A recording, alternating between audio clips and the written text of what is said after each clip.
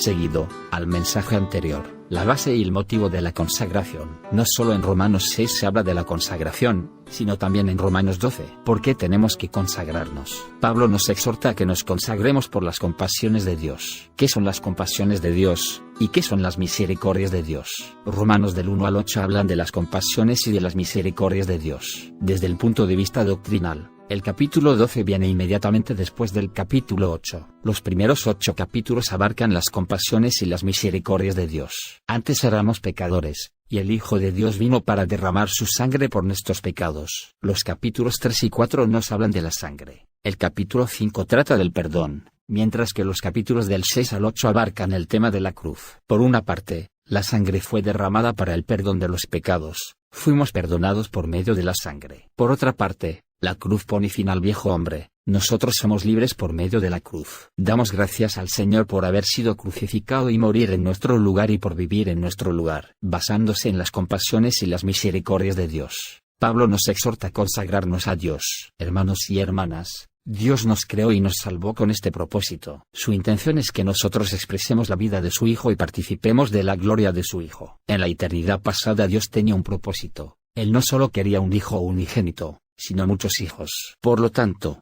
Romanos 8:29 dice, porque a los que antes conoció, también los predestinó, para que fuesen hechos conforme a la imagen de su Hijo, para que Él sea el primogénito entre muchos hermanos. Dios nos predestinó para que fuésemos hechos conforme a la imagen de su Hijo. Luego nos compró y nos redimió. Él nos obtiene de dos formas. Por su parte, Dios envió a su Hijo para que muriera por nosotros y nos redimiera. En lo que respecta a nuestra redención, somos sus esclavos. Le damos gracias a Dios por habernos comprado. Fuimos comprados por Dios. Dios dijo a Abraham, y de edad de 8 días será circuncidado todo varón entre vosotros por vuestras generaciones, el nacido en casa, y el comprado por dinero a cualquier extranjero, que no fuere de tu linaje. Génesis 17:12. Aleluya. Dios nos engendró y nos compró. Dios nos compró y le pertenecemos a Él. Pero Él nos deja en libertad. En cuanto a su legítimo derecho y en cuanto a la redención, le pertenecemos a Él, pero Él no nos obliga a hacer nada. Si deseamos servir a las riquezas, Él nos deja, y si queremos servir al mundo, Él no nos detiene. Si queremos servir a nuestro vientre, Dios no nos lo impide. Y si queremos servir a los ídolos, Él nos permite hacerlo. Dios no se mueve. Él espera hasta que un día le digamos, Dios, soy tu esclavo,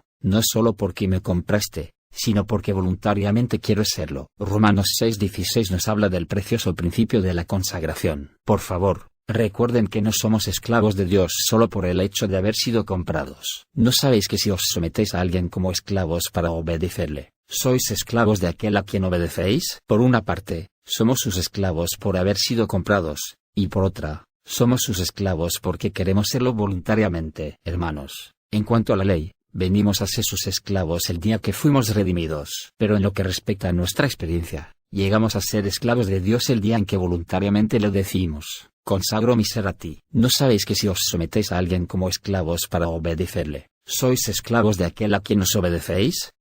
Verso 16. Por lo tanto, nadie puede ser siervo de Dios sin darse cuenta. Tenemos que consagrarnos a Dios antes de poder ser sus siervos. Esta consagración debe ser nuestra decisión personal. Dios no nos obliga, y Pablo tampoco lo hace, sino que nos exhorta y nos suplica. Dios no nos presionará, de ninguna manera. Él desea que nosotros nos consagremos libremente a Él. Hermanos y hermanas, la vida vencedora está muy relacionada con la salvación. Cuando fuimos salvos, tuvimos el deseo espontáneo de consagrarnos. La vida que recibimos nos presiona para que nos consagremos. Toda persona que ha sido salva tiene el sentir de que debe vivir para el Señor, aunque en realidad no tiene la fuerza para hacerlo. Muchos asuntos le enredan y le impiden vivir para el Señor. Pero damos gracias a Dios por habernos dado a Cristo para que pudiéramos consagrarnos a Él. Cuando estábamos muertos en pecado, no podíamos consagrarnos a Él. Si continuamos viviendo en pecado después de ser salvos, todavía no podremos consagrarnos a Él. Pero ahora que Cristo ha venido a ser nuestra vida y nuestra santidad, podemos consagrarnos voluntariamente a Dios. El señor Pantón contó en cierta ocasión que una joven esclava estaba a punto de ser subastada. 2 hombres estaban haciendo ofertas, y el precio subía cada vez más.